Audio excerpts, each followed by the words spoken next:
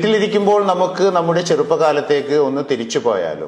1950 മുതൽ 80കൾ വരെ ജനിച്ചവർക്ക് ഇത് മനസ്സിലാകും. നാം പിന്നിട്ട വഴികൾ, നമ്മുടെ കൊച്ചു കേരളം എത്ര മനോഹരമായിരുന്നു. യഥാർത്ഥത്തിൽ അന്നായിരുന്നു ദൈവത്തിന്റെ സ്വന്തം നാട്. തെങ്ങുകൾക്കെല്ലാം തടമെടുത്ത് വളം ചെയ്യുമായിരുന്നു വർഷാവർഷം. അതിന്റെ നന്ദി എന്ന വണ്ണം തലപ്പിലേക്ക് കയറാൻ പോലും ആകാത്ത വിധം തിങ്ങിക്കായ്ച്ച് പ്രസാദിക്കുമായിരുന്നു അവ.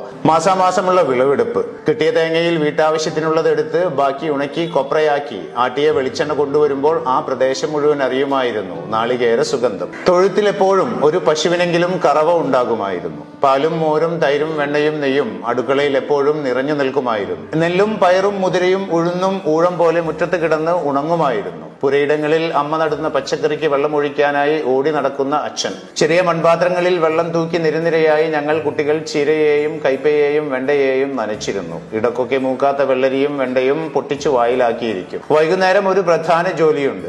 തലേന്ന് കത്തിച്ചു വെച്ച കരി പിടിച്ച കറുത്ത മണ്ണെണ്ണ വിളക്ക് തുടച്ചു മിനുക്കി വെക്കണം. അത് കഴിഞ്ഞ് കിണറ്റിൻകരയിൽ ചെന്ന് വെള്ളമെടുത്ത് ലൈഫ് ബോയ് സോപ്പും ചകിരിയും ഉപയോഗിച്ചുള്ള കുളി. പിന്നെ ക്യൂട്ടിക്യൂറ പൗഡറിന്റെ സുഗന്ധം. വൈകുന്നേരം ചായ കുടിക്കാനെന്നും പറഞ്ഞ് കടയിലൊക്കെ പോയി സന്ധ്യക്ക് വീട്ടിലേക്ക് വരുന്ന അച്ഛന്റെ കയ്യിൽ കാണും ഒരു പൊതിയും എവറഡി ടോർച്ചും. കണ്ണിലും മനസ്സിലും അത് തെളിയിക്കുന്ന പറഞ്ഞറിയിക്കാനാവാത്ത അനുഭൂതിയുടെ ആത്മബന്ധത്തിന്റെ കരുതൽ സുഖം. മണ്ണെണ്ണപ്പുക വലിച്ചു കയറ്റിക്കൊണ്ട് അമ്മ ചോറ് തിന്നാൻ വിളിക്കും വരെയുള്ള പുസ്തക വായന. കൂട്ടിന് വയലിൽ നിന്നുള്ള തവളകളുടെ മേളം. ഉറങ്ങാനുള്ള തിരക്ക് കൂട്ടൽ.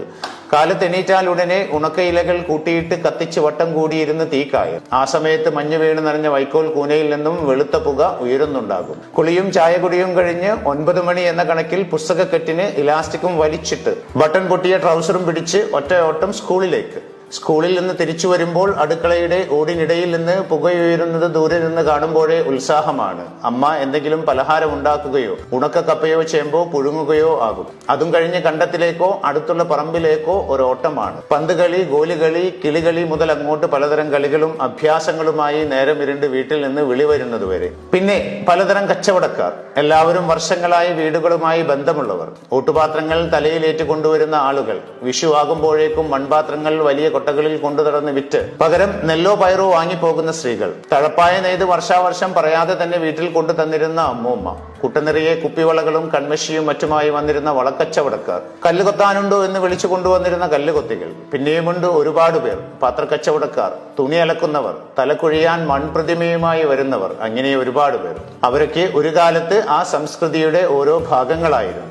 അന്നെല്ലാം ആർക്കും ആരെയും സംശയമോ അകൽച്ചയോ ഭയമോ ഉണ്ടായിരുന്നതായി കണ്ടിട്ടില്ല. വീടുകൾക്ക് മതിലുകളില്ലായിരുന്നു. ആളുകൾ എല്ലാ പറമ്പുകളിലൂടെയും വീട്ടുവളപ്പുകളിലൂടെയും യഥേഷ്ടം വഴി നടന്നിരുന്നു. എല്ലാം എല്ലാവരുടെയും സ്വന്തമാണെന്ന് തോന്നലുണ്ടായിരുന്നു. അരിയായാലും